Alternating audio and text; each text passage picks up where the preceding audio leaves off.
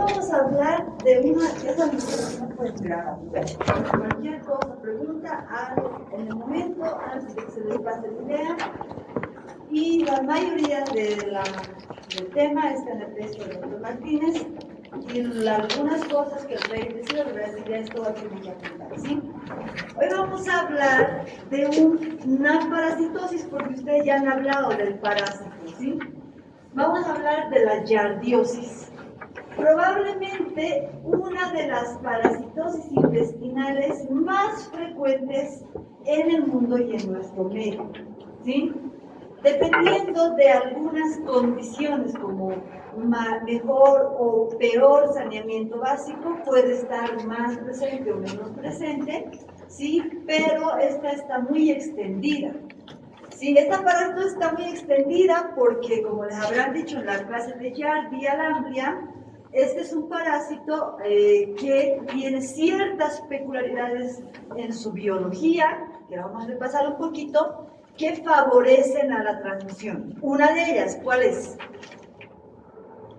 ¿Ya han visto eso?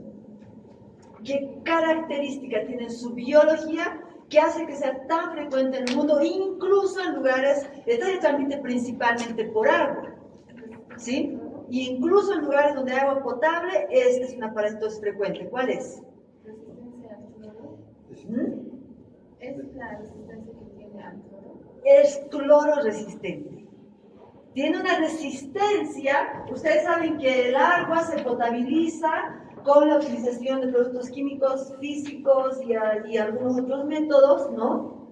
Pero el principal método de potabilización del agua es la cloración, ¿no? Obviamente no le podemos poner 1% de cloro al agua para beber, eso no es bebible. Las concentraciones de cloro en el agua son en partes por millón, o sea, son pequeñísimas partes de cloro que tienen que afectar a la gran mayoría de los microorganismos como virus, bacterias y parásitos, pero algunos microorganismos como Yardia lamblia, y verán en una siguiente clase, Cryptosporidium, son clororesistentes. O sea, a esas concentraciones de cloro no mueren.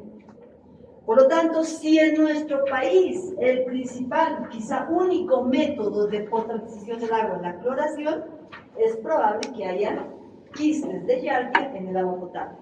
Por eso en nuestro país no se puede beber agua de la pila, ¿verdad?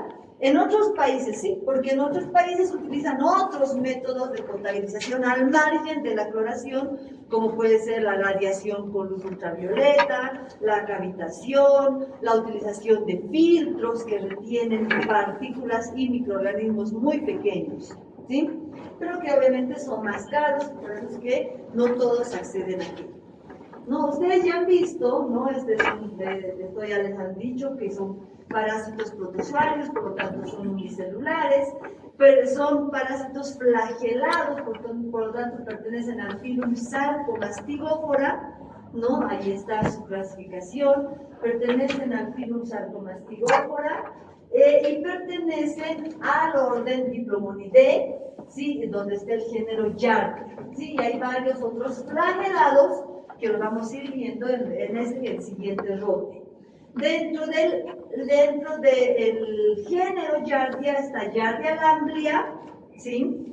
Yardia lamblia, que como estaba escrito en la primera diapositiva, Yardia lamblia, ese es su nombre más convencional y más aceptado, es el primer nombre que le han dado, ¿sí? Sin embargo, ustedes pueden encontrar en la bibliografía sinónimos como Yardia intestinales o Yardia duodenales, ¿no? Yardia intestinales, cuando identifican que su hábitat es intestino delgado, le llaman así, pero luego le cambian a duodenalis porque es su principal hábitat. Pero cualquiera de las tres sirve, pero el más utilizado es Yardia lamblia, ¿so? Y enseguida Yardia intestinales, ¿sí? Han visto ustedes ya la característica morfológica del parásito, sin embargo debemos recordar que para la patogenia es importante recordar que este parásito tiene estructuras que le sirven para su adherencia. ¿Sí? Los protozoarios, ¿no? Ustedes hemos visto conmigo a las amebas y les he explicado que la gran mayoría de las amebas que infectan al hombre son comensales y solo una está catalogada como patógena, Y cuando han hablado de amebiosis, les han tenido que decir que el primer paso para que la entamoeba histolítica se torne patógena, porque habitualmente está a la luz del intestino, es la adherencia, ¿sí? Y en general, para los protozoarios, para provocar algún daño, para provocar patología, para dar origen a su patogenia, ¿sí? Uno de sus primeros, el primer paso es la adherencia, ¿sí? La adherencia a la célula, la adherencia al hábitat, etc. ¿Sí? En este caso, no es la excepción, ya es un parásito patógeno que puede provocar infecciones asintomáticas, pero es un parásito patógeno y esta siempre se adhiere, a diferencia de la ameba dentabohistolítica, que hemos dicho que la gran mayoría de las veces está en la luz del intestino, ¿verdad? En cambio, esta siempre se adhiere. Y para su adherencia utiliza la secreción de ciertas sustancias, de adhesinas, como la giardina, ¿no? Pero también utiliza estructuras del parásito. ¿Cuáles? Sus flagelos, que ya les han explicado cuántos son, dónde están y cómo están distribuidos, ¿no? Tiene 8 flagelos. Y el disco suctorio, que es esta estructura, ¿no? Que está formado por unas tubulinas, ¿no? Igual que el resto de las estructuras que le dan un poco de rigidez a la célula, ¿sí? Y ese disco suctorio hace que el parásito se adhiera a la célula. Este no es invasivo, este parásito no tiene acción histolítica, no lesiona el tejido, pero sí lo lesiona con enzimas, pero sí lo lesiona a través de la adherencia, que lo realiza a través de los flagelos, pero principalmente de esta estructura que se llama disco suctorio. Yo tenía una diapositiva, pero la he buscado y no la he encontrado, donde era una imagen de una microfotografía electrónica de un tejido, o sea, real, donde se nota cómo el disco suctorio deja una huella sobre la célula. O sea, es tan minúsculo este parásito, pero como ese disco que tiene puede hacer como si estuviera succionando la célula, ¿sí? Entonces, por eso dice como una ventosa. No es una ventosa, ¿no? Hace como una ventosa, ¿sí? Bien, entonces ya han visto, también han visto que es un parásito pequeño, ¿verdad? Que es un parásito que en el trofozoito puede llegar a la medida entre 10 y 20 micrómetros.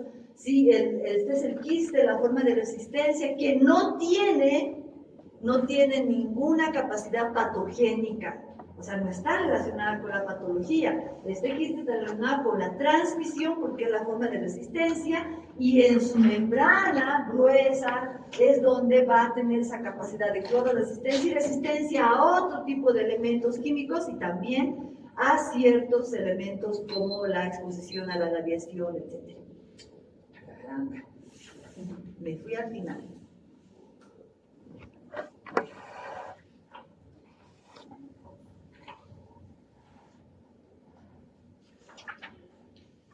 Bien, esto ya lo han visto. Y bueno, también han tenido que ver que Giardia lamblia es un parásito zoonótico, ¿sí?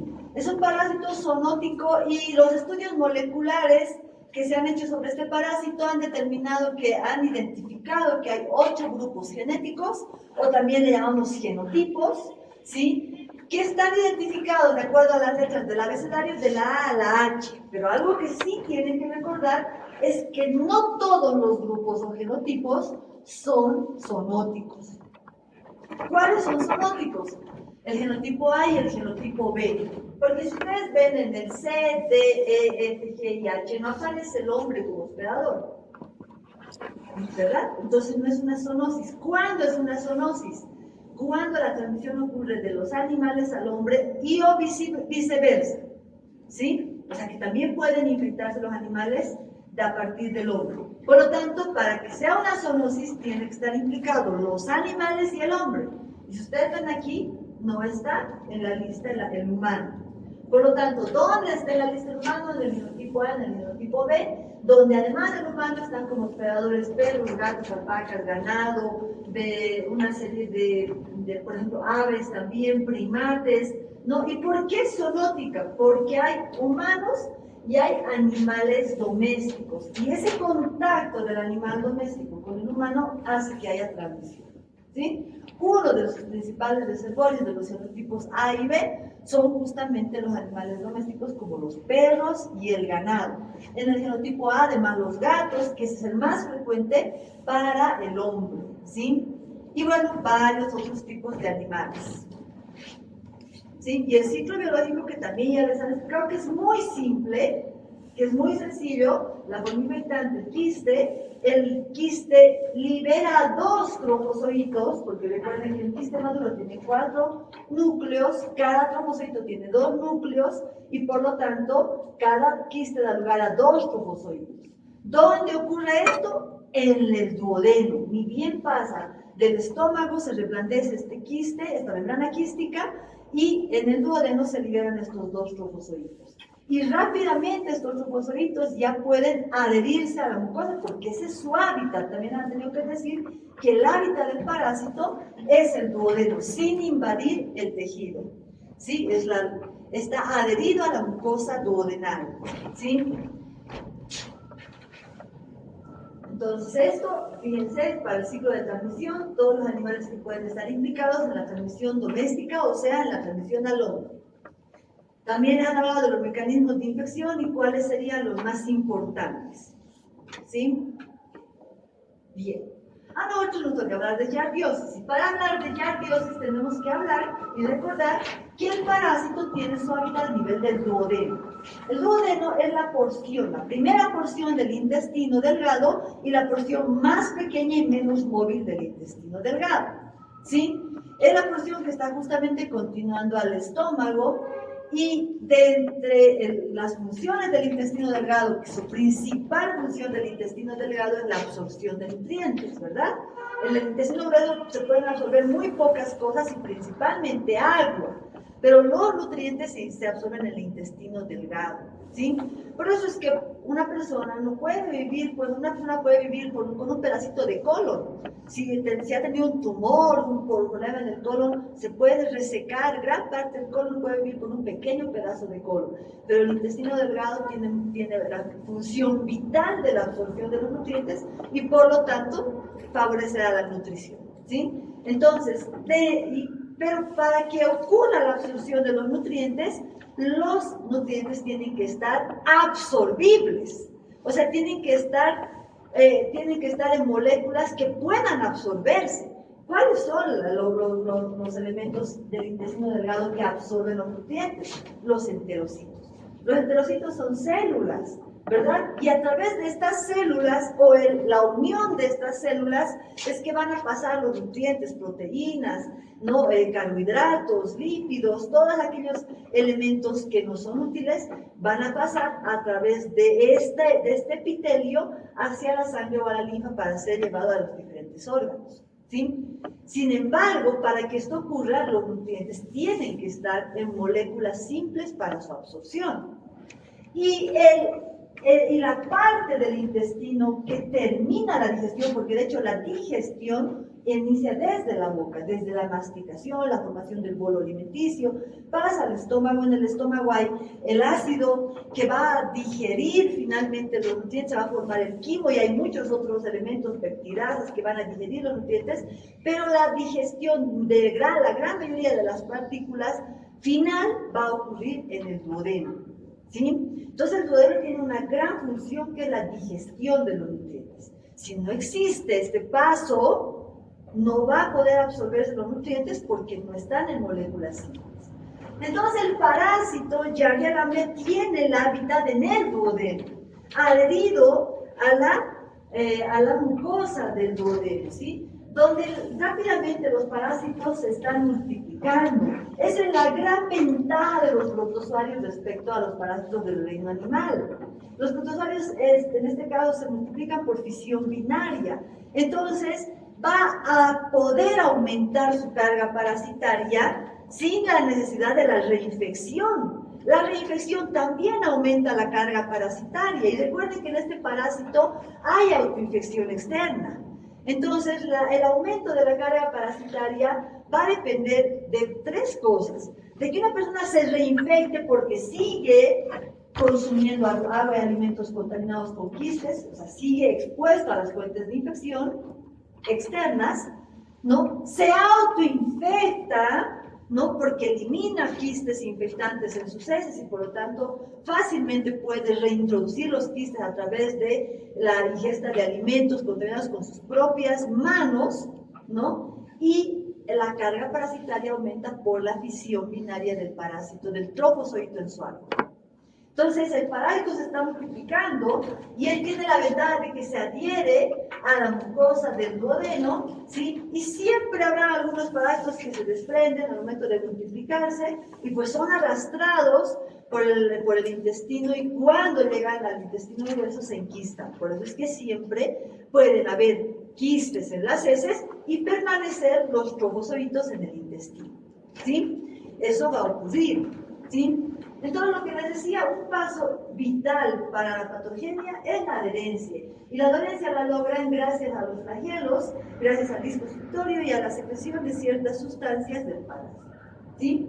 Ahora, si nosotros recordamos la estructura anatómica del duodeno, en el duodeno desembocan los conductos que vienen de la vesícula biliar, ¿no? Y los conductos que vienen del páncreas, de la ampolla de Vater, ¿no? ¿Y por qué desembocan en el duodeno estos conductos?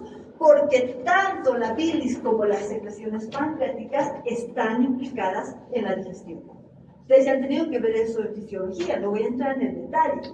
Pero la digestión tanto de carbohidratos, de proteínas como de lípidos ocurre, como les digo, desde la boca y termina en el duodeno y finalmente va a ser coadyuvada por los enterocitos que están en la mucosa, en el epitelio intestinal y por las secreciones biliares. Recuerden que las secreciones biliares son vitales para la digestión de los lípidos, ¿no? Y las secreciones pancreáticas que son vitales para la secreción de lípidos, proteínas e incluso carbohidratos. Recuerden que de los del páncreas viene la amilasa pancreática, ¿sí?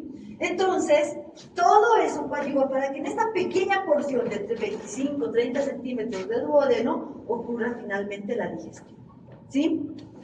Ahora, el parásito, ¿no? Si recordamos un poco la estructura macro, ¿no? del intestino, está cubierto por una serosa que cubre toda la pared, dos capas musculares, la submucosa y la mucosa.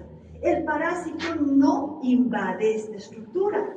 El parásito está adherido y lo que puede dañar es la mucosa del intestino, o sea, el epitelio más superficial, ¿sí? Lo que debemos recordar es que el intestino posee numerosos pliegues o proyecciones llamadas vellosidades intestinales, no microvellosidades, y eso les recuerdo, porque cuando ustedes me dicen la larva cisticercoide entra en la microvellosidad, eso es algo que no tiene sentido, ¿verdad?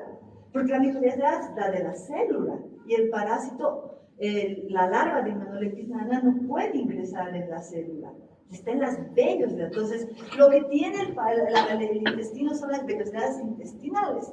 Estas vellosidades van a tener un tamaño aproximado de entre 0,5 a 1 milímetro, o sea, son pequeñas vellosidades. Pero si nosotros extendiéramos todo eso, nosotros tendríamos una superficie de digestión y absorción extremadamente larga, de metros y metros, porque justamente esos pliegues hacen que mientras más pliegues, más funcional sea el intestino, ¿sí? Entonces, ¿sí? Y obviamente tenemos las criptas las criptas del Leverkusen, donde están todas las células que van a ir regenerando las células de las vellosidades que cada 24, 48 horas se van desprendiendo naturalmente, ¿verdad? Esta vellosidad, no está que la vellosidad, está recubierta de miles de células que se llaman enterocitos, ¿sí? Pero estos enterocitos no son inmortales, ¿sí? Estos enterocitos tienen su función y luego, como cualquier epitelio, se va descamando y se va reemplazando por las células que inicialmente se han formado en las criptas y luego se han diferenciado para ir a tapizar esa mucosa que normalmente se descama, ¿sí? Entonces esto ocurre normalmente, ¿sí? El duodeno, ahí está la sección más corta, más ancha y menos móvil del intestino delgado, ¿sí? Forma una especie de asa que cubre la cabeza del páncreas. Está íntimamente relacionado con la vesícula biliar del páncreas, ya que ambas estructuras van a descargar sus secreciones en el duodeno en la segunda dosis. Como decía, mide aproximadamente entre 25 y 30 centímetros, dependiendo de la edad, y presenta 4 porciones. No vamos a hablar de eso porque ustedes ya lo han visto en la anatomía, y están presentes las criptas de Leverkusen y las velocidades intestinales y las glándulas de Burner, donde se van a segregar el moco, que es muy importante también para el momento de la infección. ¿Sí? Si nosotros hiciéramos un corte de una vellosidad, ¿no? Si hiciéramos un corte de la vellosidad, debe estar recubierto por miles de enterocitos, y este enterocito tiene esta estructura, tiene un cepillo, y esas son las microvellosidades. ¿Por qué hablo y insisto con las microvellosidades? ¿Sí? Porque en el intestino delgado, particularmente en el duodeno, las microvellosidades tienen una función vital. Son las que albergan las enzimas digestivas. ¿Sí? Entonces, sí, fíjense, dice en la vellosidad intestinal está recubierto por enterocitos, que tienen la función de digestión y absorción principalmente en el yeyuno, digestión en el duodeno, y las células calciformes, que son las que forman la mucosa. Ustedes lo saben. Y bueno, todas estas células que están en las criptas, pero lo que nos interesa, tengo una diapositiva más bonita aquí, es que ahí están las células de las células madre, que van a ir a proliferar y van a ir a diferenciar en células en endocrinas, en enterocitos, en células mucosas, que van a ir a tapizar las velocidades. ¿Sí? Cada velocidad. Sí, y dice que la diferenciación y migración ocurre cada 24 a 48 horas, y lo mismo la proliferación cada 24 a 36 horas en la cripta. ¿Por qué es importante recordar esto? Porque vamos a ver cómo el parásito va a alterar esta función normal en el duodeno. ¿Sí? Una más bonita, ¿no? Cómo se van a ir diferenciando las células de Paneth en células madres, van a proliferar, se van a diferenciar y van a ir a tapizar. La mayoría de las células en las vellosidades son los enterocitos, sin olvidarnos que hay otras que tienen función inmunitaria, secreción de moco, etc. ¿Sí?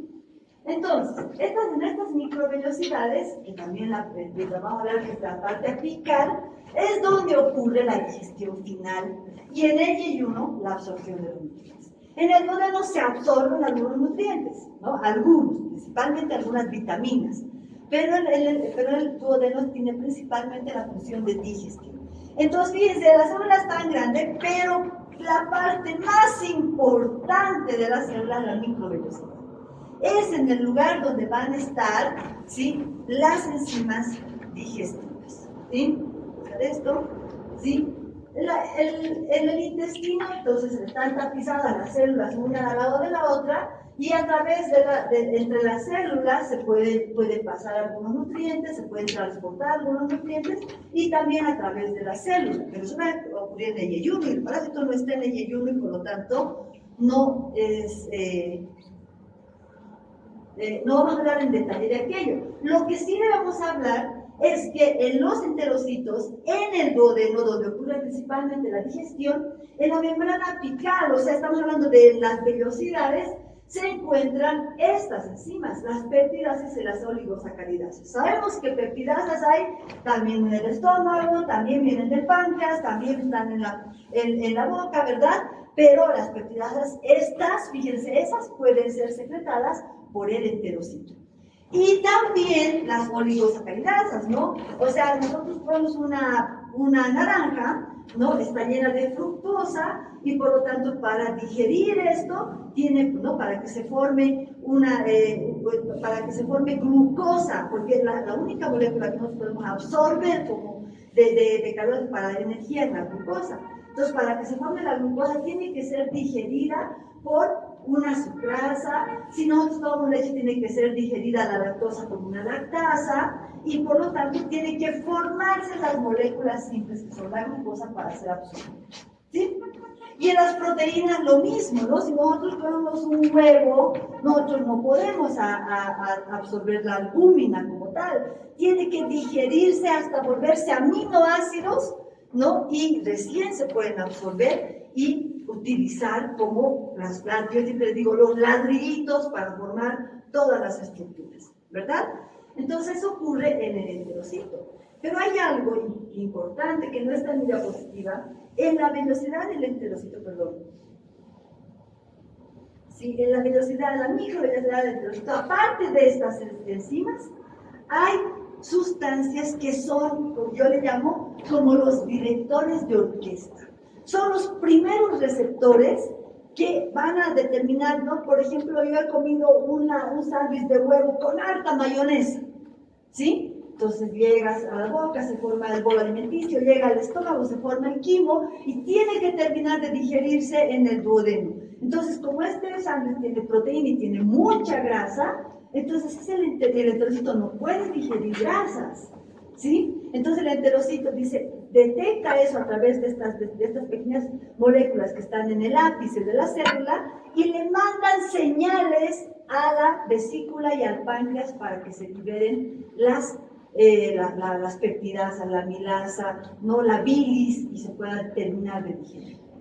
Es el enterocito, porque no puede haber otro receptor a nivel de la vesícula. La vesícula tiene que estar estimulada por un receptor que es una partícula segregada por el enterocito, ¿sí? Una molécula, perdón, no una proteína, ¿sí?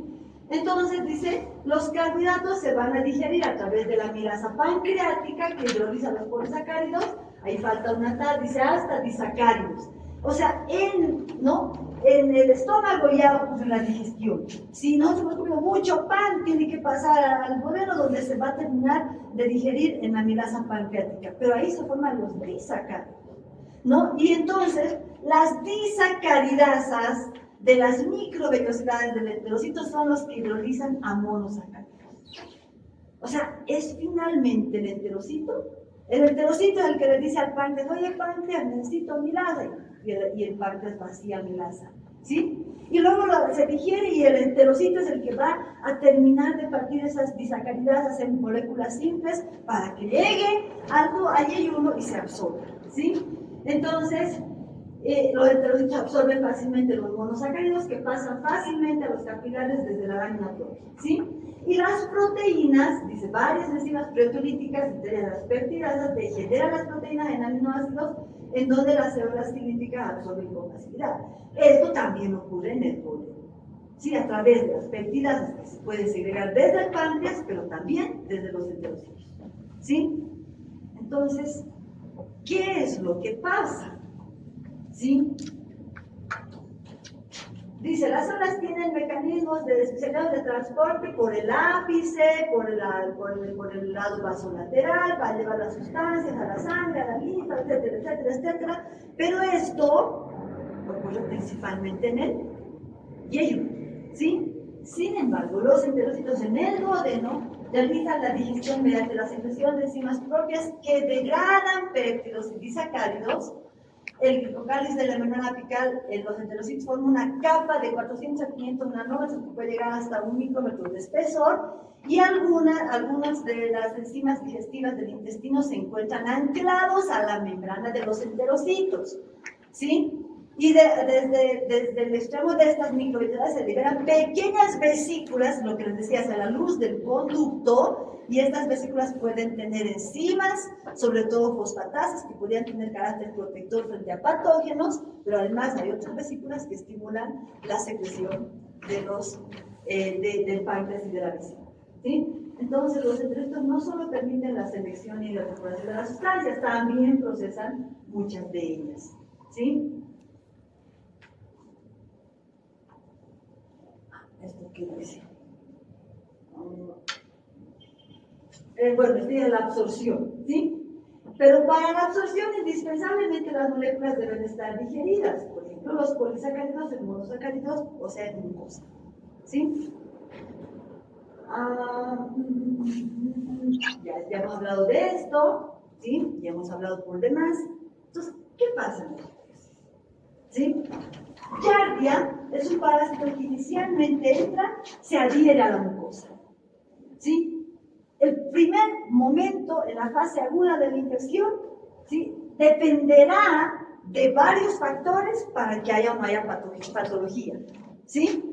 Pero el parásito se adhiere, ¿sí? Si son, digamos, una carga parasitaria de pocos parásitos, el sistema inmunitario está íntegro. No estoy diciendo que afecta más en modo definido, sino que el problema, por ejemplo, en los niños es que su sistema inmunitario es más inmaduro, ¿verdad?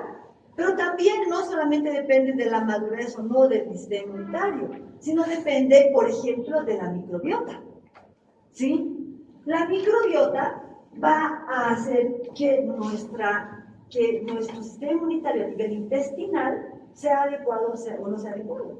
Va a depender de la alimentación. Si una persona se alimenta de muchos carbohidratos, estas células se están regenerando más rápidamente y recuerden que también tienen función inmunitaria, ¿sí? Entonces, dependerá de muchas de esas cosas, pero en un primer momento, como un mecanismo de defensa, empieza a alterarse la secreción y expresión de agua a nivel del intestino, ¿sí? Entonces, eso va a provocar que primero, en la fase aguda de la giardiosis, haya diarrea. Hay una diarrea secretora. Una diarrea secretora porque está alterada la absorción de agua. ¿Sí? ¿Por qué? Por un simple mecanismo de defensa y un proceso inflamatorio. ¿Sí?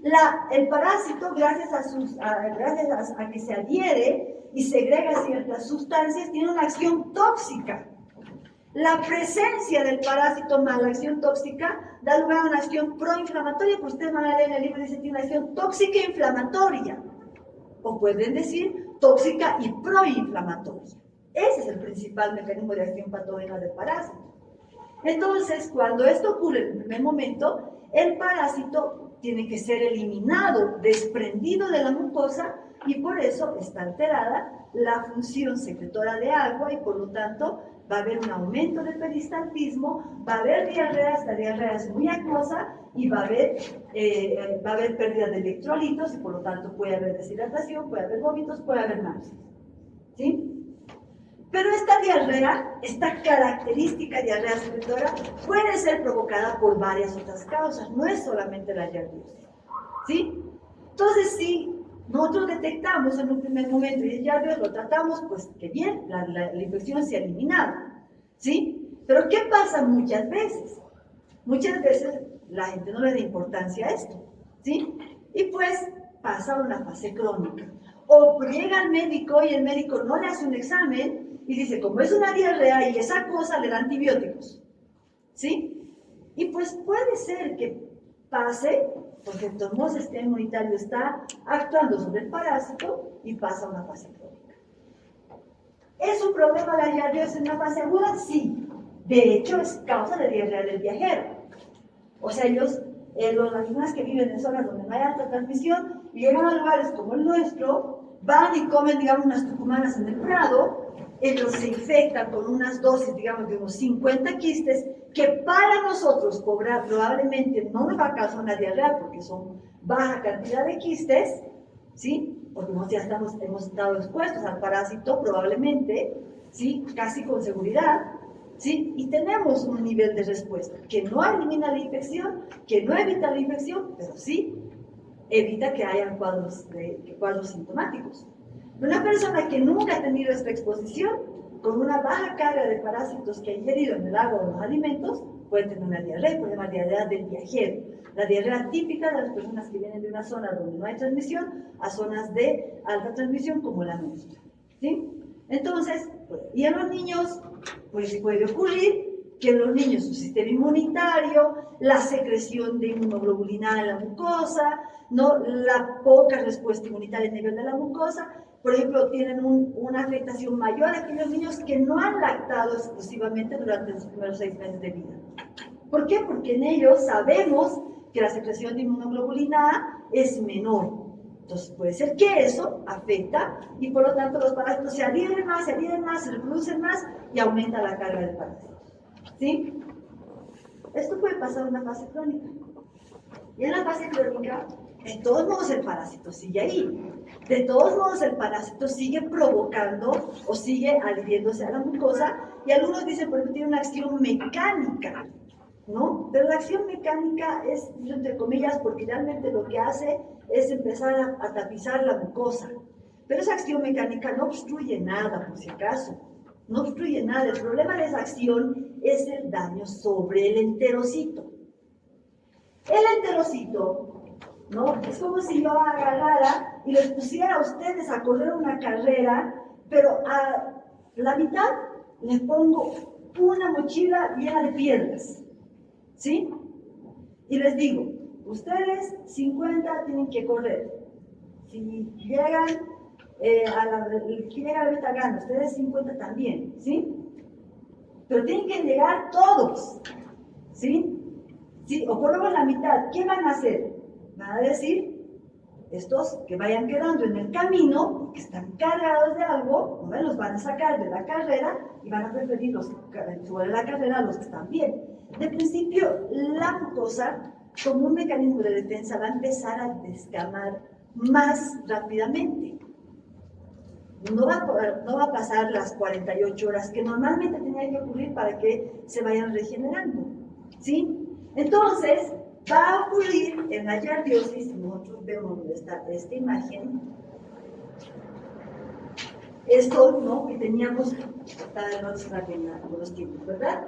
¿No? Esto que tenía que ocurrir normalmente en este tiempo, como un mecanismo de defensa ante la acción tóxica e inflamatoria, va a acelerarse. Pero las criptas están preparadas para responder a aquello. Por lo tanto, van a regenerar el epitelio y van a volver a tapizarlo con células nuevas, funcionales, que van a seguir cumpliendo su función. ¿Cuál es el duodeno? La de la digestión. Pero, ¿qué pasa si la infección se hace crónica? O sea, crónica estamos diciendo pasa 1 mes, 2 meses, 3 meses, ¿sí? Este recambio de células que se ha acelerado ya no va a poder ser compensado por la cripta, ¿no? Entonces, como se están cambiando más rápidamente las células, las criptas van a empezar a mandar células que no van a estar completamente maduras. Entonces van a llegar a tapizar las vellosidades células inmaduras. Y estas células no han madurado bien y por lo tanto no han diferenciado bien sus microvellosidades, ¿sí? O sea, ¿qué está al margen en toda la función, ¿no? Inmunitaria, todas las funciones que tiene la célula? ¿Qué está alterado principalmente? Las microvellosidades. No son células maduras. Entonces, y el parásito sigue ahí, adherido, ¿sí? Reproduciéndose, ejerciendo una acción tóxica y multiplicándose. La célula se desprende, el parásito también se desprende, pero el parásito vuelve y se adhiere a otras. Y luego se adhiere. Por eso se tiene una acción mecánica cuando tapiza, dice, ¿no? Una al lado de la otra, como la imagen que les he mostrado, ¿sí? Entonces, esto, de manera crónica, esto no va a ocurrir en 2 días, en 3 días, pero si esto está pasando 1 mes, 2 meses, 3 meses, entonces, ¿qué va a ocurrir? Lo que estábamos mostrando en esta diapositiva. Esto, sí, dice, ¿no? El daño del epitelio inicialmente es una duodenitis, ¿no? Y por eso se llama enteritis también el primer momento de la infección. Se presenta con un infiltrado leucocitario, linfocitario, predominado por linfocitos, leucocitario predominado por linfocitos, intraepitelial. Y dice, hay una hiperplasia folicular linfoide, pero posteriormente hay una importante alteración de los vellosidades. Recuerden que ¿por qué hay hiperplasia? Porque hay más estímulo de producción de células. Porque las células están descamadas, están desprendiéndose de la mucosa, porque están afectadas por la acción tóxica, por la acción proinflamatoria y por la misma presencia del parásito. Entonces, por eso hay hiperplasia. Y posteriormente dice hay una alteración de las vellosidades intestinales. Oh, yo tenía que regenerar con 100 células hoy una vellosidad, pero ya no puedo producir 100 células, he producido 50. Entonces la vellosidad se va a ir acortando. Esa vellosidad que medía entre 0,5 a 1 milímetro ahora mide 0,3, 0,5 milímetros. Entonces a eso le vamos a llamar atrofia de las vellosidades, ¿no? Dice, se va a ver una importante alteración de las velocidades. El desprendimiento de las células inflamadas, porque ojo, están inflamadas por la secreción tóxica del parásito y por la presencia del parásito. Entonces, estas células inflamadas y muertas, y la sustitución de estas células por células jóvenes que no cumplen satisfactoriamente su acción secretora en conjunto, ¿no? Ese acortamiento de las velocidades, más ese recubrimiento de las velocidades con células inmaduras, incompetentes para segregar sustancias para la digestión, sí se van a terminar finalmente en el aplanamiento y en la atrofia de las velocidades intestinales. Esa es una biopsia de una velocidad normal y esta es una biopsia de una velocidad afectada, no atrofiada. Fíjense cómo se han acortado las velocidades y cómo se ha disminuido la superficie de digestión. Pero si nosotros viéramos más minúsculamente las microvelocidades, también no, el cepillo de las células no es el cepillo normal. Entonces, dice, por la consecuente alteración de la digestión y la mala absorción de nutrientes. Pero ojo, el parásito no está en el yeyuno, puede estar pero muy poco, y además el yeyuno es mucho más grande, puede estar en la primera porción, pero es muy grande. Por lo tanto, puede estar afectada una porción, pero el resto del yeyuno va a seguir teniendo esa capacidad de absorción de nutrientes. El problema radica, ¿sí?, en que al no estar dando lugar a la digestión en el duodeno, al no estar digiriendo los nutrientes en el duodeno, estas moléculas que no se han digerido en el duodeno no se pueden absorber en el yeyuno. Entonces, como dice el texto del doctor Magri, lo copió tal cual, la mala absorción en la giardiosis es básicamente un problema de mala digestión, donde la acción mecánica del parásito, ahí uno sobre otro, dice, es el origen del daño tisular, pero no la causa de la mala absorción. Esa acción mecánica, ese tapizamiento del parásito en la mucosa, más su acción tóxica, más su acción inflamatoria, va a dañar el duodeno, incapacitándolo en la digestión. Al no poder digerirse los nutrientes, no se pueden absorber. O sea, ¿hay incapacidad de absorción en la giardiosis? No, lo que hay es incapacidad de digestión. ¿Sí? Aquí se produce el síndrome de mala absorción y hay otras enfermedades que causan síndrome de mala absorción, pero en este caso el síndrome de mala absorción es consecuencia de la mala digestión en el duodeno, donde habita el parásito. ¿Sí? Entonces, la giardiosis, ¿cómo se puede manifestar? Dice, no existe relación entre la magnitud del daño y la intensidad de la sintomatología. Y la magnitud del daño está relacionada a la mayor cantidad de parásitos, ¿verdad? Ahora, ustedes me dirán, pero si el parásito se multiplica por fisión binaria, ¿no todos deberían tener abundantes cantidades de parásitos siempre? No, porque el sistema inmunitario tiene una acción sobre el parásito. Y si es un sistema inmunitario capaz, es un sistema inmunitario que de repente tiene un poco de memoria del parásito, va a eliminar algunos parásitos, ¿sí? Si es una mucosa con una capacidad de secreción de moco adecuada, va a desprender a los parásitos sin necesidad de que se desprenda la célula. Entonces, por eso es que juega un rol no solamente el parásito y su virulencia y su patogenicidad, sino también el hospedador y la integridad de su mucosa, su dieta, su microbiota, su respuesta inmunitaria. ¿Ustedes han escuchado esa relación intestino, la conexión intestino-cerebro? ¿Sí? Dice, si nosotros estamos mal en el intestino podemos estar hasta permanentemente deprimidos. ¿Sí? Y eso tiene mucha relación con la microbiota. Y la microbiota tiene mucha relación con la respuesta inmunitaria. ¿Sí? Entonces, por eso dice, esa magnitud del daño va a tener relación con la sintomatología, pero el daño va a estar determinado por estas otras causas, del parásito y del hospedador. ¿Sí? Entonces, pueden haber personas asintomáticas que desde el principio pueden no tener ningún síntoma, pero pueden estar permanentemente infectados, ¿no? E incluso puede haber un daño histológico mínimo en estas personas asintomáticas, ¿sí? Y luego están los sintomáticos, que en su fase aguda hay diarrea abundante y acuosa, y los sintomáticos en casos severos, donde la conformación anormal de las velocidades, las microvelocidades del citoplasma y del enterocito van a alterar el recambio celular, van a haber enterocitos inmaduros y por lo tanto va a haber problemas de mala absorción, ¿sí? Yo esto para ustedes, para que entiendan un poco cómo puede ser el curso natural de la infección. El curso natural quiere decir que no hay tratamiento, o el tratamiento ahí altera todo, ¿sí? El curso natural de la infección puede ir, está en la infección, y ustedes saben, que son mis alumnos, aquí están todos los factores de riesgo que van a favorecer a que haya la infección, ¿sí? Van desde el hecho de no tener agua, de tener hábitos de higiene, que ya les han explicado, ¿sí?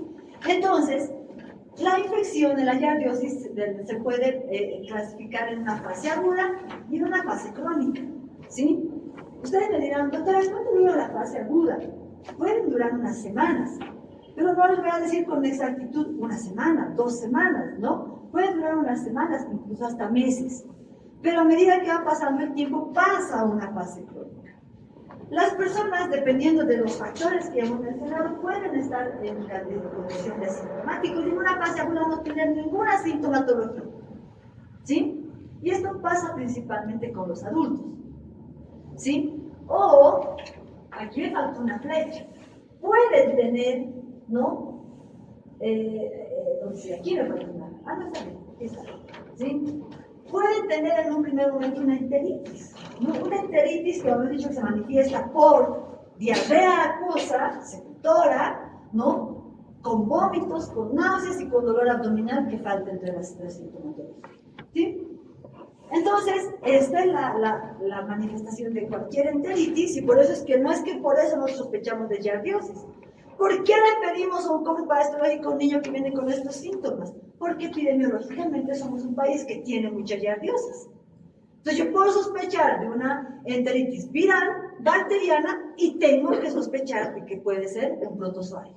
Y por eso le pido un cojo parasitológico, ¿sí? Entonces, ojo que no hay sangre. Ya voy a terminar. ¿La llave de donde el laboratorio?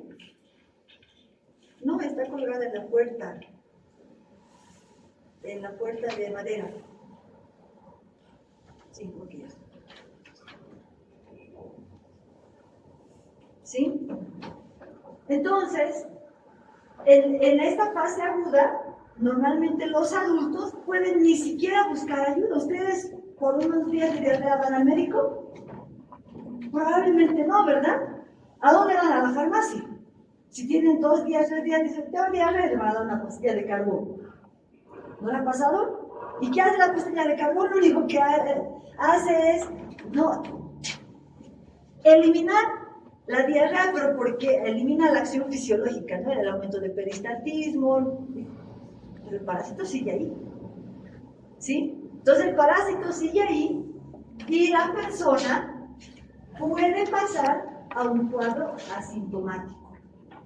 O sea, en la fase crónica, esta persona, habiendo cursado con diarrea, vómito, dolor abdominal, y todo esto puede llegar a terminar siendo asintomático. Obviamente el hecho es natural. Si hay tratamiento, dejó de estar infectado, ¿verdad?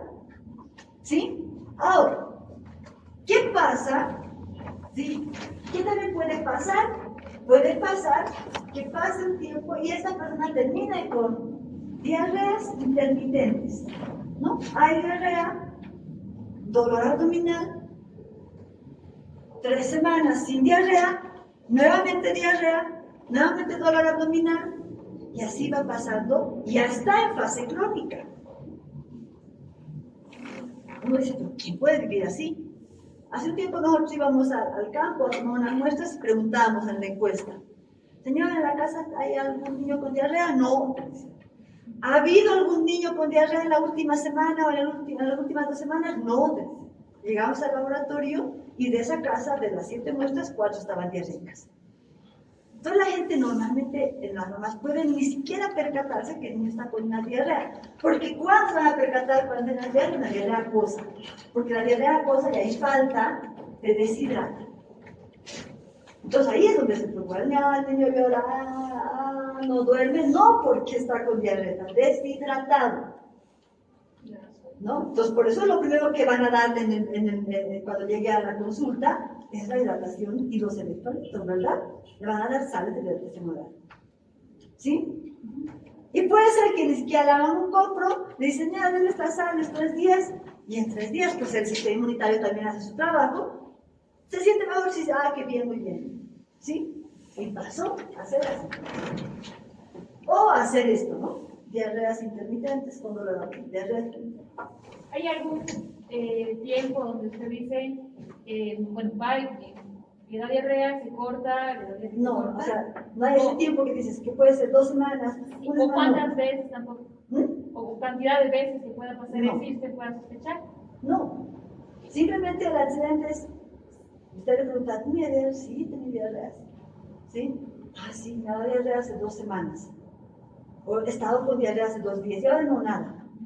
¿Sí? Es esa la característica. O completamente asintomático.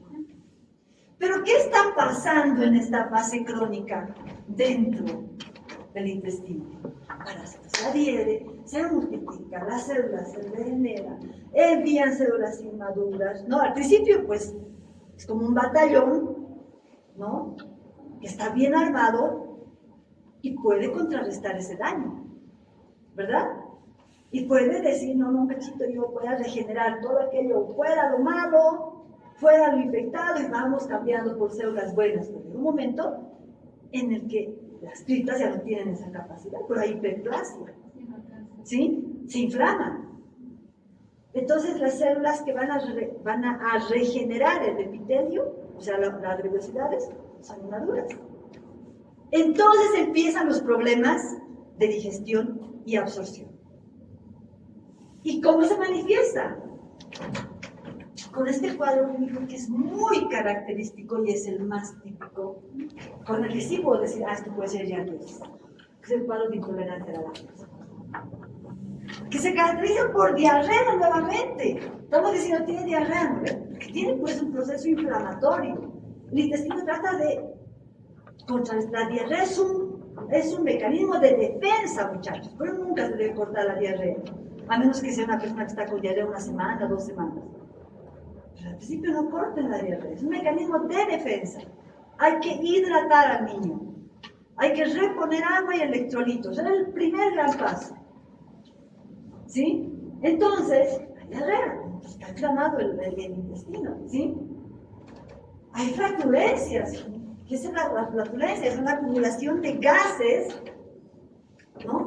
En el intestino, y luego hay distensión abdominal, y hay ese, ¿no? Ese gorgorismo, algo suena. ¿Por qué ocurre esto? ¿Qué es lo que está pasando? La diarrea la entiendo porque hay un proceso inflamatorio, ¿sí? Pero ¿por qué está pasando lo otro? Y además hay dolor abdominal. Comer aquí. Dolor abdominal, ¿sí? Dolor abdominal. El dolor abdominal es típicamente postprandial. Y es más característico después de que el niño toma leche, la intolerancia a la lactosa. Entonces, ¿qué pasa? La persona ingiere sus alimentos. Naturalmente deberíamos digerirlo en la boca, en el estómago y finalmente en el duodeno. Y los alimentos bien digeridos pasan al yeyuno a absorberse, y lo que no se absorbe pasa al colon, y en el colon están las bacterias abundantemente, las enterobacterias, ¿no ven? Y estas utilizan lo que les aprovecha, y pues estamos normalitos. ¿A usted no le ha pasado alguna vez que algún domingo y se han ido de día de campo y han tomado y le pasan callas, mandarinas, Coca-Cola, un pollito, y a la noche dice, ay, me duele mi panza, y se les hincha? ¿Y qué le dice la mamá? Está indigestado, ¿o no? Está exactamente, está indigestado. Porque claro, o sea, su intestino no tiene esa capacidad de digerir tanto. no podemos comer por comer, ¿verdad? Pero claro, como le hemos metido de todo, lo que pudo digerir, lo digirió, lo que tenía que absorber, lo absorbió, y lo demás no le sirve. ¿Y a dónde se va? Al intestino grueso. Y en el intestino grueso, las enterobacterias son capísimas para utilizar aquello. ¿Sí? Por eso ustedes ya han visto en microbiología las enterobacterias lactosa positivas, lactosa negativas. ¿Sí? No sé si han visto, van a ver si no han visto todavía. Hay aquellas que degradan la lactosa y hay otras que no pueden utilizar la lactosa. La utilizan para ellas. Entonces hay mucha lactosa positiva, entonces esas utilizan eso, utilizan todo el azúcar que no se ha absorbido y se multiplican. Se multiplican, las bacterias se multiplican por horas, o sea, se multiplican rápidamente. ¿Y qué generan las bacterias? Que también lo van a ver en microbiología cuando hagan sus cultivos, generan gases, producto de su metabolismo. Por eso se te hincha la panza, ¿no? Porque ha habido mucho que no se ha absorbido y se ha utilizado por las bacterias. Eso es, un día, al día siguiente usted ha ido al baño, ha gasificado, ¿no? Ha eliminado todo lo que no lo ha utilizado y está bien, ¿o no? Dice, hoy no como nada, ya he comido por 2 días, está tranquilo, ¿sí? Pero en el caso de la giardiosis, el niño come su lechecita, toma su lechecita, come su pancito, un huevito, ¿sí? Se digiere en parte en la boca, se digiere en parte en el estómago, pasa al duodeno y no puede digerirse, no puede terminar la digestión, ¿sí?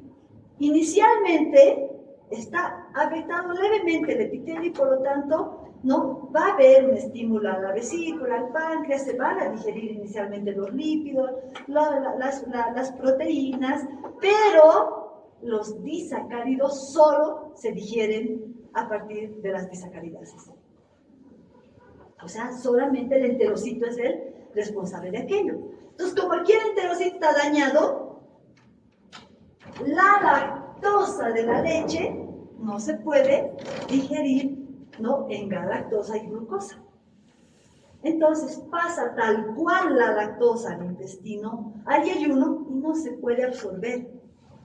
Como no se puede absorber, pasa al colon y en el colon las bacterias lactosa positivas, la más abundante Escherichia coli, asimila eso, esa lactosa, le sirve ¿para qué? Para multiplicarse y producto de ese metabolismo genera gases. Entonces, ¿por qué hay distensión abdominal? Es la generación de gases. ¿Por qué hay dolor abdominal? Porque las asas se distienden y duelen. ¿Sí? ¿Por qué hay flatulencias? Porque los gases están circulando.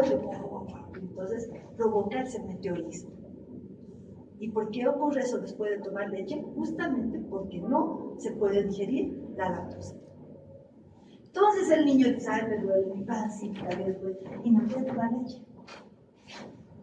Hace unos años, todavía era muy jovencita, tal vez todavía estaba en colegio, no estaba en colegio, no todavía, estaba en la universidad, cuando empezaron a repartir el desayuno escolar. ¿Y qué decían? O sea, las autoridades, muy además ubicadas en salud, decían, hay que darle desayuno escolar al niño, hay que darle leche. Claro, porque en Bolivia, hasta hace 5 años, el consumo per cápita de leche era menor que el consumo per cápita de cerveza. O sea, nosotros consumíamos más cerveza que leche por persona en Bolivia. Ahora cambió eso, ¿sí? Pero imagínense, antes no se tomaba leche con facilidad, cerveza sí, eso sí, pero leche no. Entonces, ¿qué decía la gente? Los autoridades decían, démosle leche a los niños. ¿Y qué salía en la tele? La leche que les da el Ministerio de Salud, que estaban encargados, ¿sabes? A los niños es leche fermentada, es leche que está contaminada, los niños tienen diarrea por el consumo de la leche. Y mostraban en la tele, los niños no les gusta la leche que da el desayuno escolar, y veían cómo los niños lo botaban la leche en el baño. Y muchas veces todavía se sigue haciendo eso. Pero no era porque al niño no le gustaba la leche o la leche estaba contaminada, era porque el niño tomaba leche y le dolía el estómago. Y decía, mami, no quiero esa leche porque me duele el estómago. Pero era porque tenía giardiosis. Porque todavía tenía giardiosis. ¿sí? Ese es el problema. Y este es el cuadro clínico más frecuente que ustedes van a encontrar. Con una sospecha de esto puede ser giardiosis. Sí, mi hijito tiene diarreas, pero lo que me preocupa es que le duele el estómago después de tomar leche. Y jóvenes, eso no es síndrome de mala absorción, no. El síndrome de mala absorción en la giardiosis es un cuadro clínico, pero no es el más frecuente. Será el más severo, sí, pero no es el más frecuente. Lo más frecuente es que el niño esté o con esto, las diarreas y dolores abdominales, o finalmente con intolerancia a la lactosa. Y luego no va a ser solamente intolerancia a la lactosa. O sea, va a comer pan y le va a doler el estómago, ¿no? Va a tomar algún jugo de fruta y le va a doler porque no puede digerirlo, ¿sí? Y obviamente se llena de gases porque las bacterias aprovechan lo que no está digiriendo, ¿sí? Entonces, ¿qué puede ocurrir? No he dicho, ¿no? Esto puede pasar a este cuadro sin pasar, va a ser asintomático plenamente, puede ser asintomático y del asintomático pasar a esta fase crónica, o este asintomático que nunca tuvo en la fase aguda nada, pasar a la fase crónica y tener síntomas. En los niños es muy probable que ocurra eso, ¿sí? En los adultos tal vez no, pero en los niños sí. Y finalmente, en una fase más avanzada, cuando las velocidades intestinales se han atrofiado, ¿no? Cuando se ha aplanado la velocidad intestinal, entonces hay incapacidad plena de absorción, no se absorbe ya nada, porque ahí les digo, ¿verdad? Ya no se puede estimular las vesículas que estimulaban el vaciamiento biliar, pancreático, ya no existen, porque las células no tienen más el cepillo de las velocidades, las microvelocidades, por lo tanto, ahí ocurre el síndrome de mala absorción. En ese caso extremo de atrofia intestinal ocurre el síndrome de mala absorción. Y sigue habiendo diarrea, pero una diarrea ya es importantísima, una diarrea muy abundante, osmótica, ahí la diarrea es osmótica. ¿Y por qué es una diarrea osmótica? Porque la persona come, no digiere y los solutos que no se han podido absorber van arrastrando agua. Las diarreas osmóticas son típicamente diarreas explosivas, fétidas, ¿por qué? Porque como no se ha absorbido, se fermentan o se descomponen los nutrientes y por eso las diarreas son fétidas, explosivas, ¿no? Y con restos de alimentos. ¿Por qué hay restos de alimentos? Porque obviamente no se está ni digiriendo ni absorbiendo. Y a la presencia de restos de alimentos se llama lientería, que también puede haber en la intolerancia a la lactosa. ¿Sí? Que también puede haber la lientería en la intolerancia a la lactosa. ¿Sí? Pero en el síndrome de mala absorción además va a haber atorrea, que quiere decir que hay grasas en las heces. ¿Y por qué hay grasas? Por lo mismo, no se han digerido. Como no se han digerido, no se han absorbido. ¿Y quién se encarga? Los enterocitos no digieren grasas. ¿Quién se encarga de la digestión de las grasas? Las secreciones principalmente biliares y también pancreáticas. Entonces, ¿qué está alterado en el síndrome de mala absorción? Todo el sistema digestivo. O sea, los enterocitos ya no pueden mandar señales para que se vacíe la bilis. Y si no se vacía la bilis, no hay color en las heces y por eso hay hipocolia. O sea, por eso, muchachos, el síndrome de mala absorción con diarrea, cerebral, hipocolia y una importante pérdida de peso es un cuadro severo, pero no es el más frecuente. O sea, para llegar a eso, realmente el niño tiene que estar, además que está reinfectando, además que está autoinfectándose, además tiene que tener un problema de que su sistema inmunitario no está pudiendo controlar el parásito. ¿Sí? ¿Se dan cuenta? Y les aclaro esto porque normalmente cuando les digo, ¿cuál es el cuadro clínico más? Síndrome de mala absorción, no. Yo no he visto síndrome de mala absorción por giardias, así ya he visto un paciente que ha llegado a mi hermano, no he visto. ¿Sí? Y he leído bastante que también aquí ha habido reportes de casos, etcétera, sí. Pero no es el cuadro clínico. Y eso obviamente puede llevar a la desnutrición, por eso está igual, ¿no? Eso más otros factores, porque la desnutrición es un cuadro multicausal. Ahora, ¿va a haber desnutrición solo cuando hay sudoración? No, también puede ser que haya una intolerancia a la lactosa. A ver, ¿qué pasa si el niño no puede digerir la lactosa, no absorbe bien los nutrientes, ni proteínas, ni líquidos, etc.? Entonces, paulatinamente va a ir perdiendo peso y eso puede contribuir a una desnutrición crónica, alteración del desarrollo postnaturaal, los niños más pequeños en relación a su edad. ¿De acuerdo? Entonces, eso es lo que puede ocurrir. Entonces, lo que usted tiene que recordar es que el cuadro puede ser en un momento inicialmente asintomático y puede terminar siendo asintomático. O sea, puede nunca tener síntomas. Depende de los factores, ¿verdad? Que hemos dicho. Puede iniciar con un cuadro sintomático y pasar a un cuadro asintomático y no tener más síntomas, como el caso de los adultos. ¿Sí? O puede ser inicialmente una diarrea que luego pasa a tener diarreas intermitentes, ¿no? Que luego pueden incluso terminar en intolerancia a la lactosa, por eso esta leche no va ni aquí, o sea, es para cualquiera de los dos. ¿Sí? Y por eso esto también no va esto aquí o esto, no es para cualquiera de estos casos, puede terminar en síndrome de mala absorción. ¿Sí? Entonces esto es dinámico. O sea, en medicina 1 más 1 no es 2. ¿Sí? No es 2, entonces, ahora, ¿qué es importante? Si yo en algún momento del curso nacional de infección doy tratamiento, que vamos a ver con qué, corto la infección, la mayoría de las veces funciona muy bien, ¿sí? Pero ¿qué pasa si yo le doy tratamiento en este momento, en la fase crónica, cuando ya tiene intolerancia a la lactosa? Le voy a dar su metronidazol, ya no tiene parásitos, su cuerpo histológico está negativo, pero el niño sigue con intolerancia a la lactosa. ¿Es posible o no? Claro, porque el tratamiento ha eliminado el parásito, pero el daño tisular sigue presente y va a tardar en regenerarse unos meses. Porque ese epitelio tiene que reconstruirse. Entonces eso no ocurre de un día para el otro.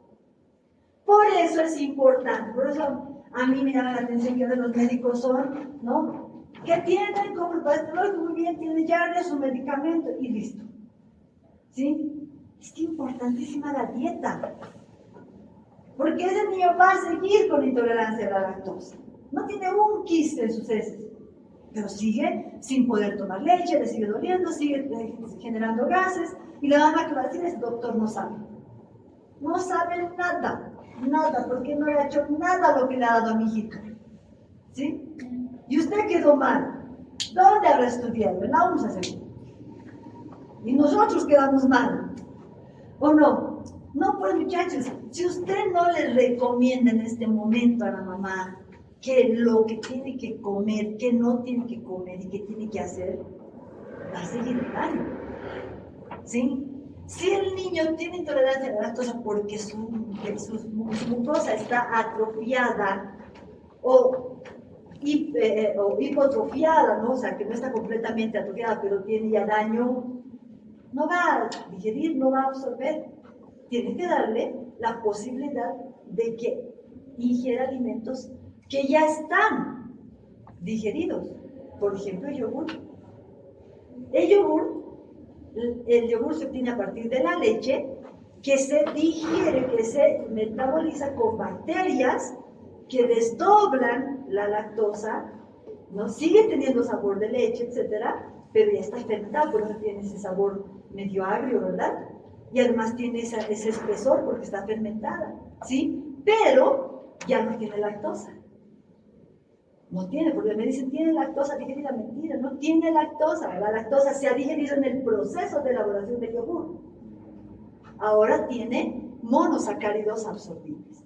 Y tiene todas las vitaminas y propiedades de la leche. Tiene su vitamina A, tiene su vitamina D, tiene todo lo elemental para que lo pueda nutrir.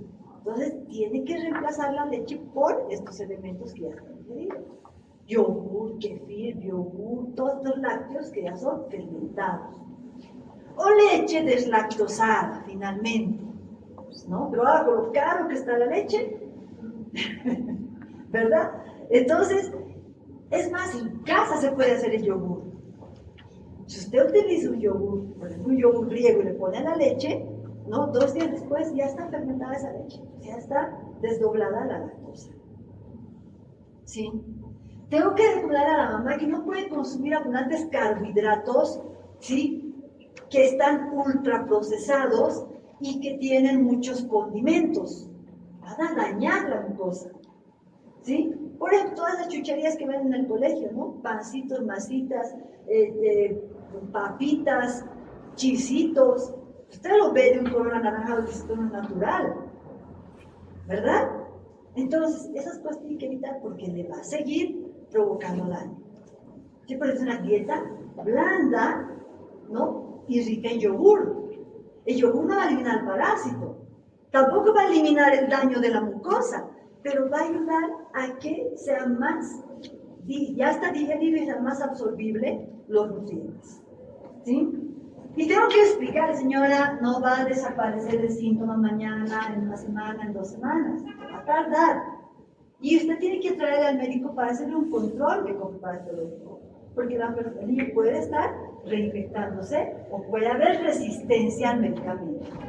¿Entendido este cuadro? Muy bien. Entonces, esto era al principio, lo estaba buscando. La citogenesia de los parásitos por mediadores químicos y físicos, o sea, el disco y sus flagelos, a la mucosa duodenal determina una acción tóxica e inflamatoria, responsable del daño del epitelio y provoca duodenitis. Ese sería el primer momento. Y obviamente en la fase crónica, lo mismo va a provocar la atrofia de las velocidades. ¿Sí? Entonces decía, ¿no?, que puede haber cuadros diarreicos intercalados con periodos de estreñimiento, o no necesariamente estreñimiento, sino no diarrea, la intolerancia a la lactosa con dolor y distensión abdominal, más la diarrea después de la ingestión de lácteos principalmente, finalmente un síndrome de mala absorción, que es algo más severo y menos frecuente, donde puede haber lientéricas, tetrálicas e hipocólicas. La lientería puede estar presente en los otros cuadros también, ¿sí? Incluso la estetorrea. La hipocolia ya es de cuadros más avanzados. Es frecuente encontrar niños con diarreas manifestaciones clínicas de tipo alérgico, urticariformes, como ronchas pruriginosas, principalmente en el tronco, porque el parásito tiene una acción tóxica. Y recuerden que la acción tóxica no es solo a nivel local, también a nivel sistémico. ¿Sí? Eso ya hemos dicho, los genotipos, ¿no?, en parte de la epidemiología. Lo interesante es que hay genotipos estudiados en todo. Bolivia no tiene yardios. ¿Le creen o no le creen?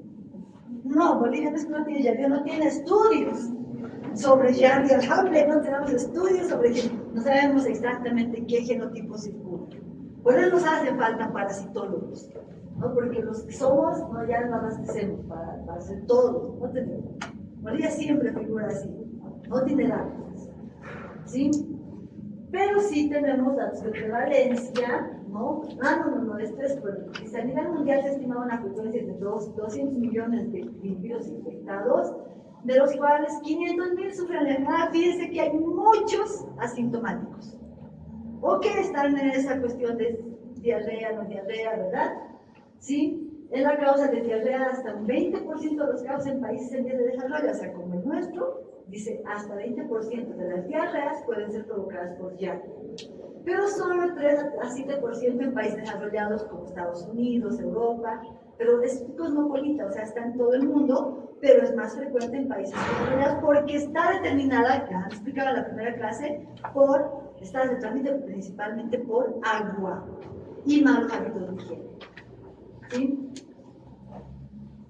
El diagnóstico se hace por las técnicas de copo parasitológico, se hace una técnica de concentración seriada, donde si hay una técnica de concentración como por gasolina, donde utilizo algún proceso de centrifugación, etc., lo que voy a ver principalmente son quistes, aunque alguna vez hemos visto trombocoditos incluso, ¿sí?, en centrifugando. O sea, los trombocoditos pueden estar ahí.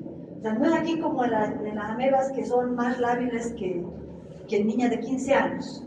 ¿Sí? Entonces, estos no, pueden estar.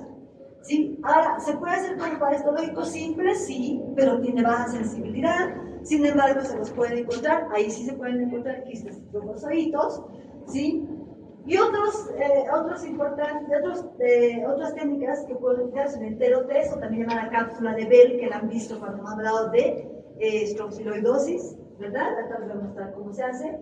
La biopsia, lógicamente yo meto un endoscopio para ver qué está pasando, y digo, caramba, todo este duodeno tan atrofiado, ¿no? Y con el endoscopio tomo una biopsia. O sea, la endoscopía sirve para tomar la muestra, no para determinar la infección. Ojo, jóvenes, ¿sí? la biopsia en la que nos va a mostrar el parásito. Y el aspirado duodenal, ¿no? Puedo hacer un aspirado y puedo ver. En estos tres solo voy a ver trofozoitos. Porque recuerden que estoy sacando muestra del hábitat. Y en el hábitat solo hay trofozoitos. Los quistes, perdón la redundancia, se enquistan en el colon. Se pueden hacer coproantígenos, o sea, se toma una muestra de heces y un test tipo ELISA se somete con las heces y cambia de color si hay Yardi. Pero no detecta anticuerpos, porque en realidad los anticuerpos tendrían que estar en la mucosa o en la sangre, ¿verdad? Detecta antígenos de Yardi, o sea, lo llaman coproantígenos, ¿sí? Se pueden hacer coproantígenos. De hecho, los coproantígenos también pueden determinar si es genotipo A, genotipo B en algunos test. Esto es, fíjense, Yardia con Lugol, por eso les digo que se puede ver, ¿sí? Con Lugol, lo mismo con Lugol. Esto ya es coloreado, esto es de cultivo, por eso no se ve ninguna célula, nada. Está coloreado con Giemsa, lo mismo con Giemsa, microfotografías que nunca he visto, ¿sí? Esto es con metionate iodoformol, que lo van a ver ustedes en el laboratorio, son trofozoitos, toditos, ¿sí? Que ya han visto su estructura, etc. ¿Sí? Estos son los quistes que van a ver, esto se ve en el cobre parasitológico con Lugol, este es el examen directo en fresco con Lugol, con solución fisiológica, y esto es coloreado con, esto debe ser Giemsa, ¿sí? Entonces se puede ver de las tres maneras. ¿Cuándo puedo colorear? Puedo hacer un extendido de las heces, un flotilete y colorear. Con Lugol lo que más van a ver es esto y esto, ¿sí? Esto es con tinción triclónica. Esta es la cápsula de Bell o el enterotest, que se puede utilizar para estructuras temporales, para trofoides de Yardia, van a ver también en Pictosporidium, ya no se llama isospora, se llama cistoisospora belli, ¿sí? Y dice que también para huevos de fasciola hepática, ¿sí? Se ingiere, es una cápsula que te da para ingerir, ¿no? Entonces, después de unas 4 horas, hay que ir al laboratorio para recoger sacar el hilo y recoger todo el moco del hilo. Se pone una gota de este moco y se observa el microscopio. ¿Sí? Esto es lo que te dan en la capsulita, por dentro, entonces, ¿no? No te lo tienes que tragar, pero tener tu hilo en la boca. No, después ya no hay. Entonces, una vez que pasan esas 4 horas, esto normalmente ha llegado hasta el duodeno, sacas el hilo y vas sacando todo el contenido del moco que se ha impregnado. Famosa cápsula de Bell, que no han debido ver seguramente, entonces las he puesto ahí. Se utiliza para sinusoides bastante y para criptoscopia. El tratamiento de elección, los derivados de los nitrodimidazólicos, que actúan sobre la formación de la tubulina y la yardina. La tubulina que está en los flagelos y en el dispositorio, la yardina que sirve para adherirse, que son, y las proteínas del citoesqueleto del protozoario, ¿no? Entre ellos está el metronidazol, que es el que más se utiliza, el nitronidazol, el ornidazol y el tinidazol. Estos son alternativas, pero ni lo anoten, ¿sí? Algo que les voy a mostrar es importante que ustedes sepan esto, ¿sí? A veces el niño vuelve y dice, no, doctor, ha pasado un mes y no, sigue teniendo síntomas. No se preocupe, le sigo dándole yogur, ¿no? Usted tiene que pensar en que sí, puede ser que el daño ha sido tan importante que no se ha recuperado, pero también debe pensar en dos cosas. Se ha reinfectado y sigue teniendo parásitos, ¿no? O hay resistencia al antiparasitario. La glucopro sigue teniendo parásitos. ¿Qué sospecho? Se ha reinfectado, hay resistencia. Le vuelvo a dar metronidazol y sigue teniendo parásitos, hay resistencia. Entonces, y no es rara. Fíjense, dice en adultos, en niños, dice la eficacia 94% en niños, eso es lo bueno del metronidazol, pero en adultos disminuye su eficacia, ¿sí? Y el tinidazol es más efectivo, ¿no? Por eso es la segunda opción frente a la resistencia al metronidazol. Y finalmente también la nitazoxanida, que tiene una eficacia por encima del 90%. ¿Sí? Entonces es importante pensar en que puede haber resistencia al metronidazol. Ahora, son dosis no únicas, se dan entre 7 a 10 días. La dosis es kilogramo peso, no la voy a entrar en detalle. ¿Por qué? Porque esto no es farmacología, pero no es una dosis única. Son dosis de partidas de 7 a 10 días o más, dependiendo del uso del cuadro clínico. Entonces, Esa es una de las razones por las que no se hace desparasitación masiva. Yo tendría que darle 7 días a la persona su metronidación y eso es imposible. ¿Sí? Entonces no se hace desparasitación masiva. Además, recordemos que es una zoonosis y pueden haber otros animales infectados. Para la prevención y el control, este es el contexto donde se transmite muy bien, porque la falta de agua potable, la falta de alcantarillado, porque es el hombre y los animales que van a contaminar el medio ambiente y el agua, ¿no? Y la falta de higiene y el hacinamiento también favorece, ¿sí? Recordemos que los parásitos se eliminan por las heces, ¿sí? Las heces pueden llegar al medio ambiente, pueden llegar al agua, pueden llegar al riego de los vegetales, pero no se olviden que el parásito sale infectante en las heces. Por lo tanto, las manos son una importante fuente de transmisión. ¿Sí? Por eso se puede transmitir en lugares de hacinamiento, en guarderías, se puede transmitir en las casas donde no hay buena higiene. ¿Por qué? Porque las personas van al baño, tocan sus heces, no se lavan las manos, tocan alimentos, tocan comidas y se pueden infectar. ¿Sí?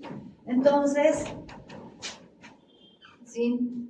Entre las medidas de profilaxis, la más importante es beber el agua porque no es suficiente beber agua potable, ¿verdad? Y lavar los vegetales que crecen principalmente o que se riegan principalmente a flor de tierra, ¿sí? Ahí están las lechugas y las frutitas, pero cualquier otro vegetal también deberíamos lavarlo porque se puede contaminar. Los alimentos además se pueden contaminar por vectores mecánicos, no solamente moscas, sino también cucarachas y otros vectores, por lo tanto, cubrir los alimentos es una buena medida. Estos quistes son muy livianos y por eso es que pueden transportar a través de los vectores. Y lo más importante, las manos, lavarse las manos, no, más importante es el hecho, más importante es esto, ¿sí? Y muy importante esto, lavarse las manos después de defecar, antes de comer y antes de preparar alimentos.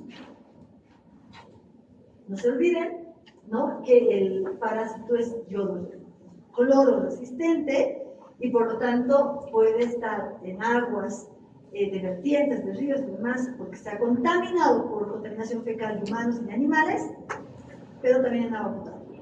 O cuando les digo un factor de riesgo, no me pueden decir beber agua potable. Beber agua potable no puede ser un factor de riesgo, siempre es un factor protector, ¿verdad? Porque entre ella que bebe agua del río y ella que bebe agua potable, es más probable que se infecte ella, ¿verdad?, que la que bebe agua potable. Entonces no puede ser un factor de riesgo, ¿sí? Que el parásito pueda estar en el agua potable es una cosa, pero el factor de riesgo es beber agua sin hervir, ¿sí? Ya sea potable o ya sea de río, ya sea de vertiente, ya sea de donde sea, ¿sí? O sea, eso, ¿sí? Y bueno, gracias.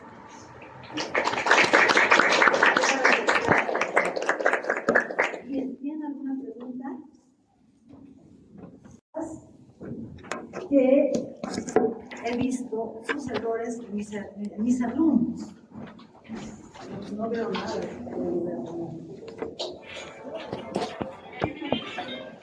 Ya estoy saliendo de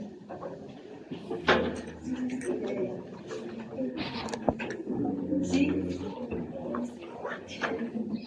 Me han puesto muchos en la parte de enterones ventriculares que el parásito viene del apéndice, que habita en el apéndice. Si el parásito habita en el apéndice, todo el organismo tiene la apendicitis. ¿Sí? Que pueda llegar al apéndice es una cosa, ¿sí? Su hábitat es el ciego, ¿sí? Luego siguen poniendo la larva filariforme como forma infectante en tricuris, tricoides. Es el nuevo larvado, ¿sí? Estudien. Yo sé que no hay de tricuris texto, ¿sí? Yo estoy actualizando el dentero ventricular para aclarar justamente esas cosas. Gusano en forma de alfiler, no, es pinworm, gusano alfiler, porque su cola es aguzada, ¿no? A ver, imaginen un alfiler que tiene una cabecita, no puede sacar parásitos así, ¿no, verdad? Sí, pues la gusano aguja, tiene la cola aguzada, ¿sí? Entonces, yo estoy actualizando el texto de enterobios para aclarar esas cosas y mañana se los voy a dejar hasta el mediodía. Si acabo de hacer el de tricuris, ¿por qué son hipocólicas las heces si solamente afectan? ¿Qué? ¿Por qué son hipocólicas las heces? Porque la que le da color a las heces es la bilis. ¿Y por qué afectaría la bilis si solamente afecta a la mucosa del duodeno?